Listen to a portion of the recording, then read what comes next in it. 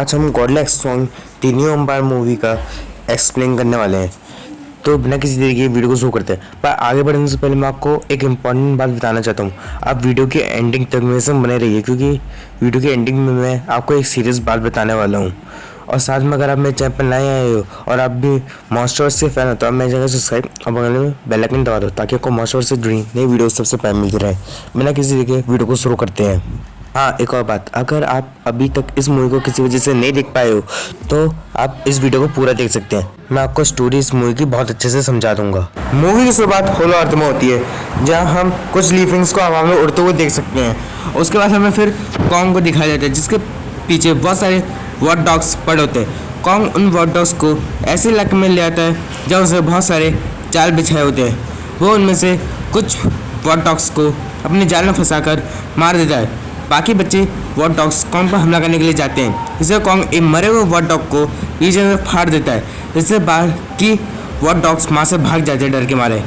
Kong मरे हुए what dogs को एक जगह लाकर आने की कोशिश कर रहा होता है, क्योंकि उसके दांत में अब दर्द होना शुरू हो गया होता है। तभी वहाँ पर डग आता है, जो एक मरे हुए वॉट डॉग को लेकर चले जाता है। कॉन्ग को एक आवाज़ सुनाई देती है जो उसके जैसे दूसरे कॉन्ग्स की होती है।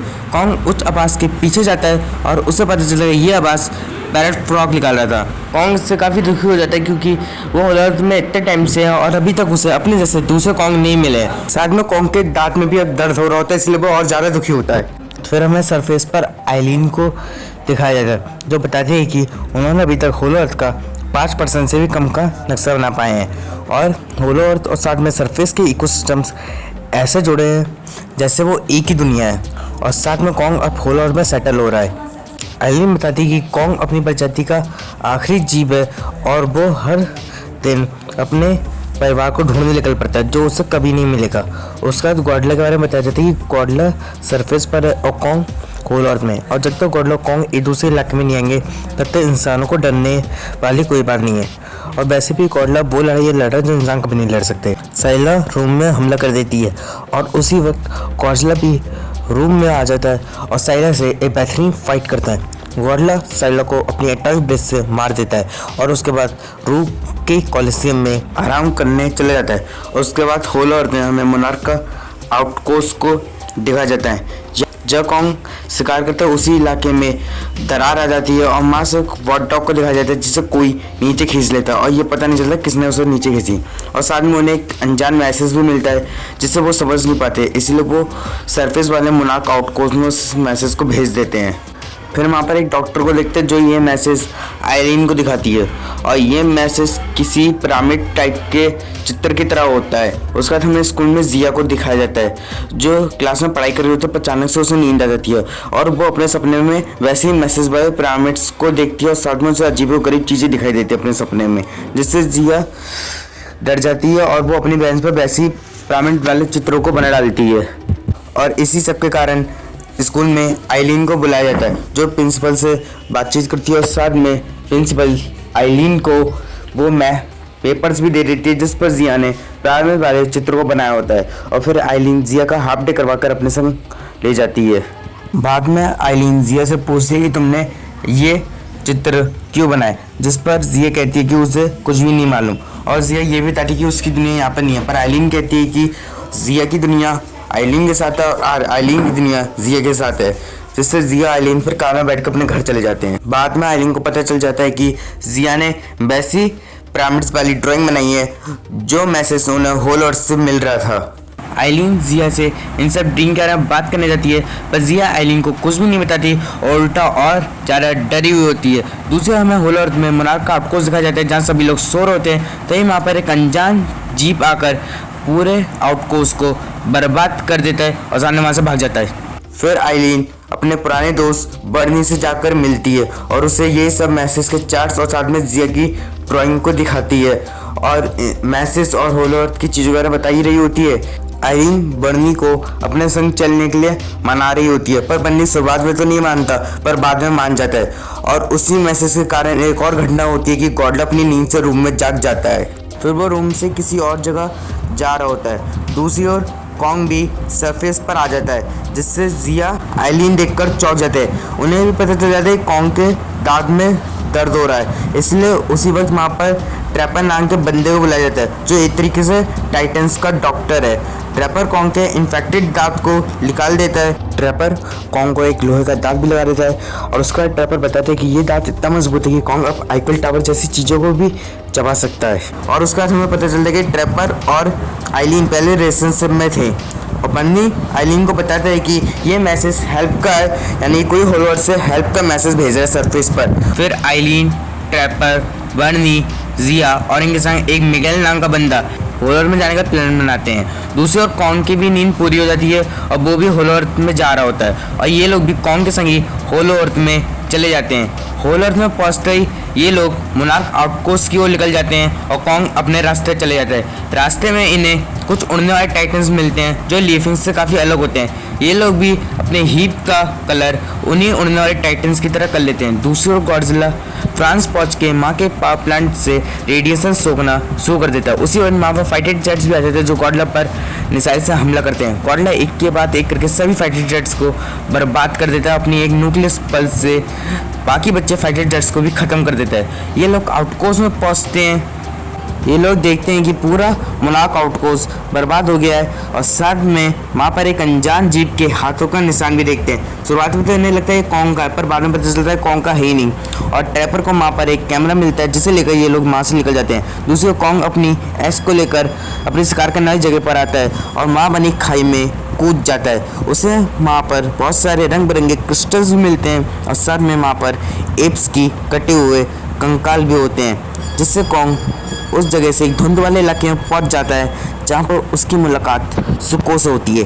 कॉन्ग सुको से फ्रेंडशिप करने की कोशिश करता है, पर सुको कॉन्ग को काट लेता है और वहाँ से भाग रहा होता है। कॉन्ग भी उसके पीछे भागता है और तभी कॉन्ग पर दूसरे एप्स हमला कर देते हैं। कॉन्ग उन सभी एप्स को मार देता है और साथ में सुको भी कॉन्ग पर हमला कर देता है, पर कॉन्ग सुको को छोड़ देता है और उससे उसके मालिक के पास ले जाने के लिए कहता है। सुको शुरुआत में तो नहीं मानता, पर कॉन्ग जब सुको पर ज़्यादा गुस्सा करते हैं तब सुको कॉन्ग को अपने मालिक के पास ले जा रहा होता है।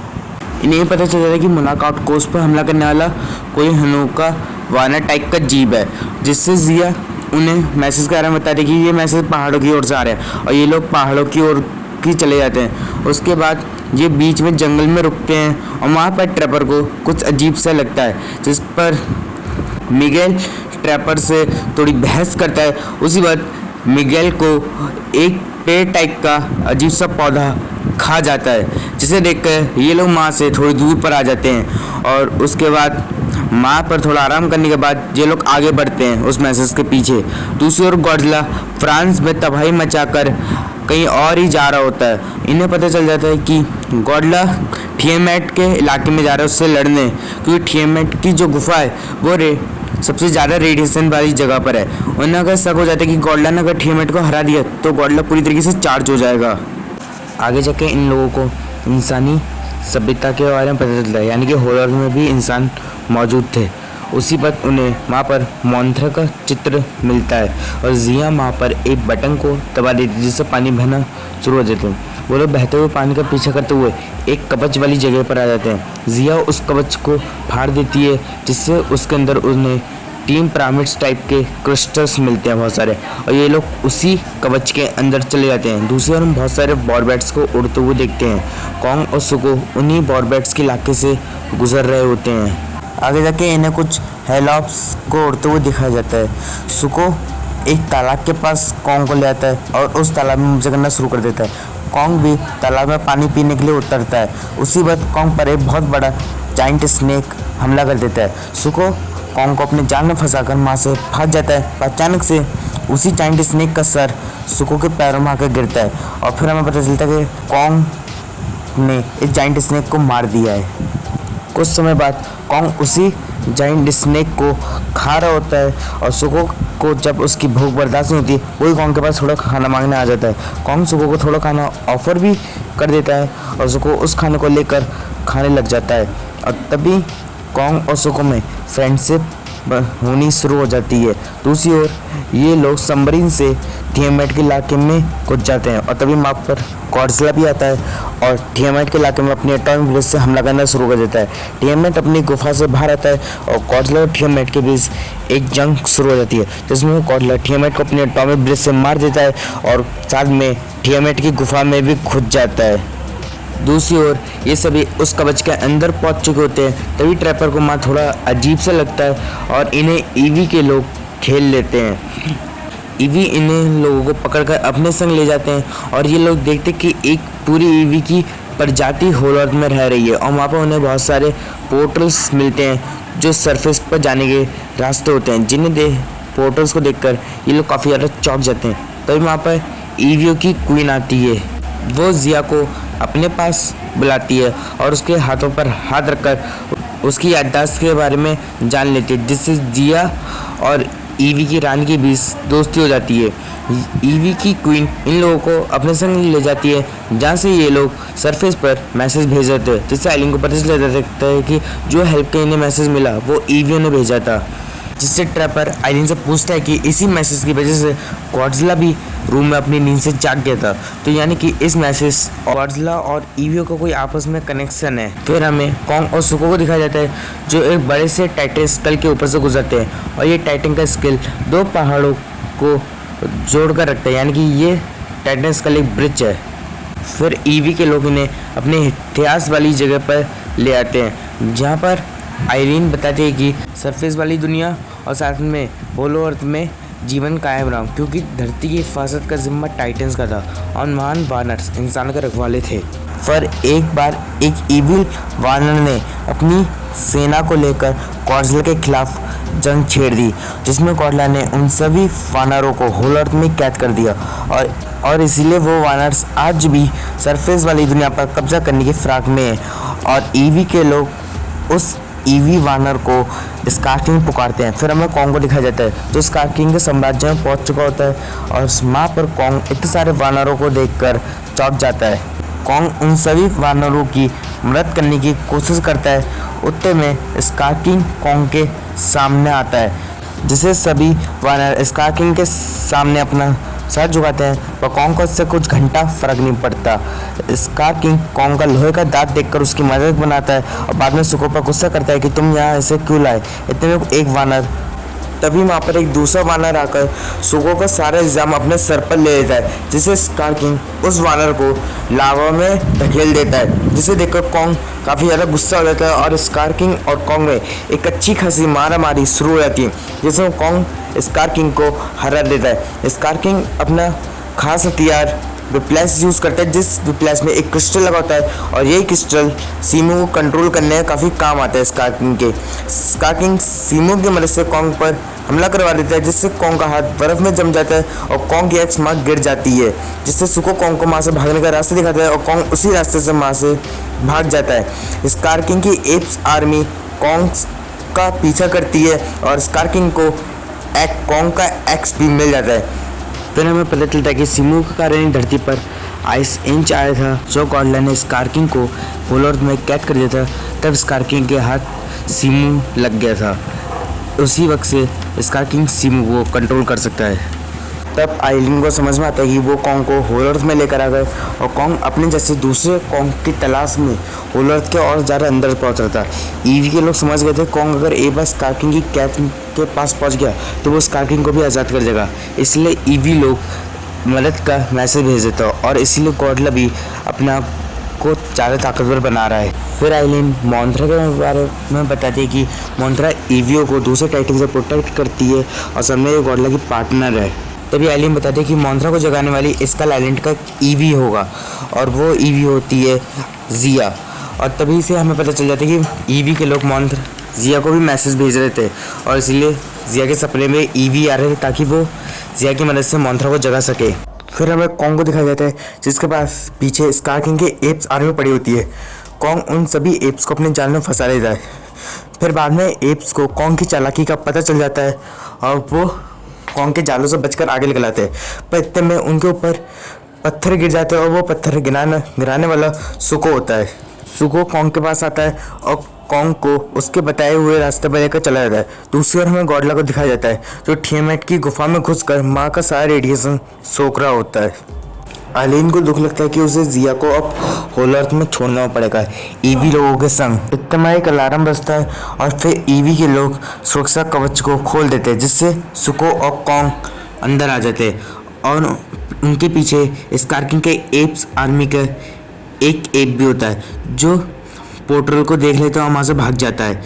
ये लोग कॉन्ग की इतनी बुरी हालत देखकर काफ़ी ज़्यादा चौंक जाते हैं। सुको कॉन्ग के पास थोड़ी देर खड़ा रहता है, उसके बाद स्कारकिंग की फोर्स पर नज़र रखने के लिए चले जाता है। फिर हमें उसी एप्स को दिखाया जाता है जो स्कारकिंग के पास पहुंचता है और उसे पोर्टल्स के बारे में बताता है कि सरफेस पर जाने का पोर्टल भी है, जिससे स्कारकिंग खुश होता है और वो अपनी सीमू और अपनी फोर्स को लेकर वहाँ से निकल लेता है। दूसरी ओर कॉडला भी एंटार्क्टिका में अपनी हाइबरनेशन से जाग जाता है और उसके पीठ पर लगे डॉर्सन प्लेट अब पिंक कलर के हो गए थे। तभी ट्रैपर कॉन्ग के हाथ के बारे में बताते कि उसके हाथ की काफ़ी नस डैमेज हो गई है, जिससे आइलीन और बर्नी पूछता है कि अब वो कॉन्ग का हाथ ठीक कैसे करेंगे, जिससे ट्रैपर बेस ग्लो के बारे में बताते हैं। आइलीन बर्नी को बताती है कि ब्लेस ग्लो जब उन्हें मैगा गॉडला वाली घटना के बाद एहसास हुआ कि धरती पर बहुत सारे खतरे हैं जिसके लिए कॉन्ग भी तैयार नहीं है, इसलिए उन्होंने बेस ग्लो बनाना शुरू करा और ये बेस ग्लो कॉन्ग को और ज़्यादा शक्तिशाली बना सकता है। और ये बेस ग्लो होलो अर्थ के मोनार्क आउटपोस्ट में ट्रैपर उस बेस ग्लो को लेने जाता है और लेकर आ जाता है और साथ में कॉन्ग के हाथ पर उसे फिट भी कर देता है। दूसरी ओर स्कारकिंग के संग सीमू और उसकी फौज आ रही होती है। सुको ये देखकर वापस कॉन्ग के पास भागते हुए जाता है। कॉन्ग को ये बेस ग्लो काफ़ी ज़्यादा पसंद आता है और उसी वक्त सुको वहाँ पर आता है और कॉन्ग को स्कारकिंग का बताता है कि स्कारकिंग और उसकी फौज यहीं पर ही आ रही है, जिससे कॉन्ग लड़ाई के लिए तैयार हो जाता है। और तभी जिया कॉन्ग को बताती कि तुम अकेले स्कारकिंग का सामना नहीं कर पाओगे, तुम्हें मदद चाहिए। तभी आइलीन बताती कि कॉन्ग गॉडला के पास जा रहा है सरफेस पर। अगर गॉडला और कॉन्ग एक होकर स्कारकिंग और सीमू को सरफेस पर पहुंचने से पहले ही रोक देंगे। उसका हमें कॉन्ग को दिखाया जाता है जो पोर्टल में कूद जाता है और ये पोर्टल सीधा इजिप्ट में खुलता है, जहाँ कॉन्ग सरफेस पर आ जाता है और वहाँ अपना हाथ ऊपर करके गॉडला को पुकारता है और गॉडला को भी कॉन्ग का होने का एहसास हो जाता है और वो भी अब कॉन्ग की ओर आ रहा होता है।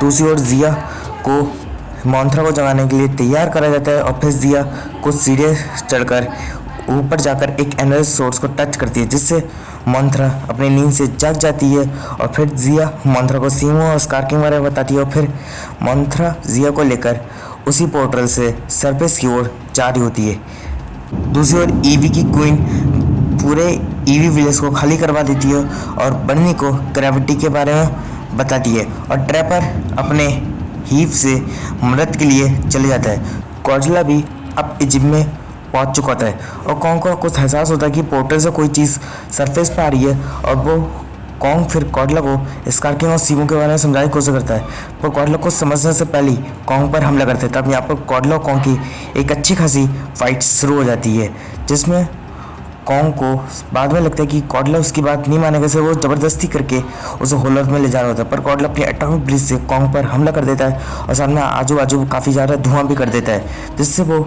गॉडला कॉन्ग के ऊपर छाती पर अपना पैर रख देता है और साथ में अपने एटॉमिक ब्रिज से कॉन्ग का काम तमाम करने वाले होते हैं। मोंथरा आकर गॉडला के कान के नीचे एक कंटाप मारती है। मोंथरा और साथ में जिया ये दोनों गॉडला को स्कारकिंग और सीमू के बारे में बताते हैं, जिससे गॉडला, कॉन्ग और मोंथरा अब स्कारकिंग और सीमू को हराने के लिए टीम अप कर लेते हैं। ये सभी लोग पानी में लाल रंग का पेंट डाल रहे होते हैं और इस पेंट से ये दोनों क्रिस्टल्स आपस में टकराएंगे, जिससे ग्रेविटी यहाँ की बिगड़ जाएगी। उसी वक्त स्कारकिंग, सीमू और उसकी फौज आकर इन लोगों का हमला कर देते हैं। ट्रैपर अपनी हीप से कुछ उड़ने वाले टाइटन्स को ले आता है, जिससे स्कारकिंग और सीमू और साथ में स्कारकिंग के एप्स आर्मी का ध्यान भटक जाता है।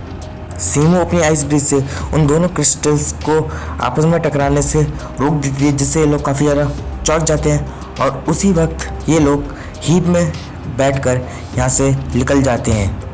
उसी वक्त वहाँ पर गॉडला और कॉन्ग की भी एंट्री हो जाती है, जिसे देखकर स्कारकिंग और सीमू गॉडला और कॉन्ग की ओर भागते हुए जाते हैं, जहाँ गॉडला कॉन्ग को अपने ऊपर राइड करने देता है और फिर इनके बीच में एक धमाकेदार फाइट शुरू हो जाती है और साथ में वो दोनों क्रिस्टल्स भी आपस में टकरा जाते हैं, जिसमें गॉडजिला सीमू से लड़ता है और कॉन्ग स्कार किंग से। ग्रेविटी के बिगड़ने के कारण इनकी हीप भी खराब हो जाती है, जिससे एक एप इनकी हीप पर हमला करने वाला होता है, तो मोंथरा इनकी हीप को बचा लेती है। सुको भी मोंथरा, गॉडजिला और कॉन्ग का साथ देता है इस फाइट में। थोड़ी देर बाद ग्रेविटी वापस आ जाती है, जिससे सभी लोग नीचे गिरना शुरू हो जाते हैं और इनकी हीप भी नीचे गिर रही होती है। वो मोंथरा सही टाइम पर इनकी हीप को बचा लेती है और फिर गॉडजिला, सीमू और स्कार किंग ये तीनों पोर्टल में गिर जाते हैं और साथ में कॉन्ग अपने आप को एक्स से रोकने की कोशिश करता है, पर उसकी एक्स वहीं पर होलो अर्थ में रह जाती है और साथ में वो भी पोर्टल में गिर जाता है। ये पोर्टल सीधा ब्राज़ील में खुलता है और फिर स्कार किंग देखता है कि वो सरफेस पर आ गया है और वो काफ़ी खुश होता है। और फिर स्कार किंग सीमू की मदद से वहाँ पर आइस इंच के बादल खड़े कर देता है। इतने वहाँ पर कॉन्ग भी आ जाता है और स्कार किंग के पर जोरदार घूसा मारता है, जिससे स्कार किंग का दांत भी टूट जाता है और फिर कॉन्ग उसका मदद बनाता है। और फिर गॉडजिला अपनी एटॉमिक ब्रेथ से सीमू को वार करता है, जिससे आइस इंच के बादल बनने रुक जाते हैं।